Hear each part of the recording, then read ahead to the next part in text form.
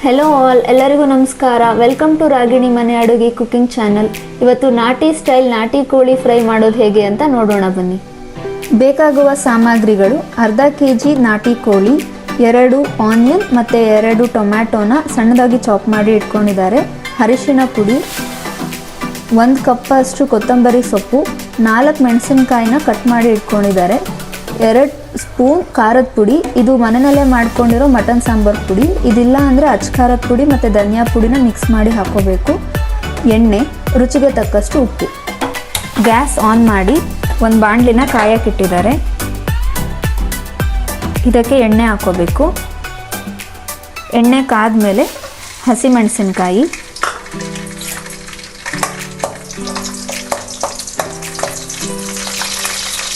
Cut ಮಾಡಿದ onion,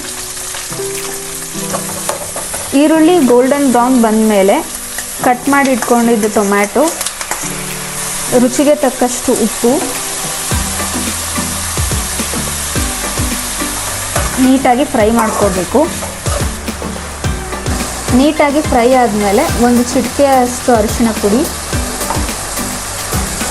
ಈಗ chicken ಹಾಕೋತಿದ್ದಾರೆ.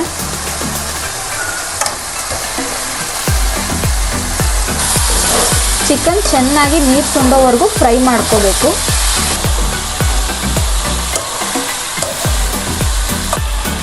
ಇವಾಗ ಖಾರದ ಪುಡಿ ಹಾಕೋತಿದ್ದಾರೆ.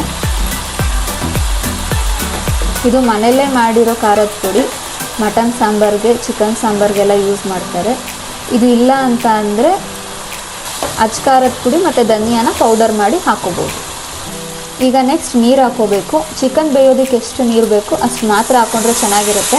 ಜಾಸ್ತಿ ನೀರು ಹಾಕಿದ್ರೆ ಚೆನ್ನಾಗಿರಲ್ಲ. ಗ್ರೇವಿ ಎಷ್ಟು ಬೇಕು ಅದು ನೋಡಿಕೊಂಡು ನೀರು ಹಾಕಿ ಬಾಯ್ಲ್ ಮಾಡ್ಕೋಬೇಕು. ಇದು ಕುದಿಯೋಕ್ಕೆ ಸ್ಟಾರ್ಟ್ ಆದಮೇಲೆ ಕೊತ್ತಂಬರಿ ಸೊಪ್ಪು ಹಾಕ್ತಾ ಇದ್ದಾರೆ. ಇವಾಗ ಉರಿ ಕಮ್ಮಿ ಮಾಡಿ ಬೇಯಿಸ್ಕೋಬೇಕು. ಚಿಕನ್ ಏನಾದರೂ ಬಲ್ಕೆ ಇದ್ದರೆ ವಿಷಲ್ ಹೊಡೆಸ್ಕೋಬೋದು, 1 ಅಥವಾ 2, ಇಲ್ಲಾಂದರೆ ಹಾಗೆ ಬೇಯುತ್ತೆ, ನೋಡಿ ಬೇಯಿಸ್ಕೋಬೇಕು. ಫೈನಲಿ ನಾಟಿ ಸ್ಟೈಲ್ ನಾಟಿ ಕೋಳಿ ಫ್ರೈ ರೆಡಿಯಾಗಿದೆ. ವಿಡಿಯೋ ಇಷ್ಟ ಆದಲ್ಲಿ ಲೈಕ್ ಮಾಡಿ, ಕಮೆಂಟ್ ಮಾಡಿ, ಶೇರ್ ಮಾಡಿ. Thank you.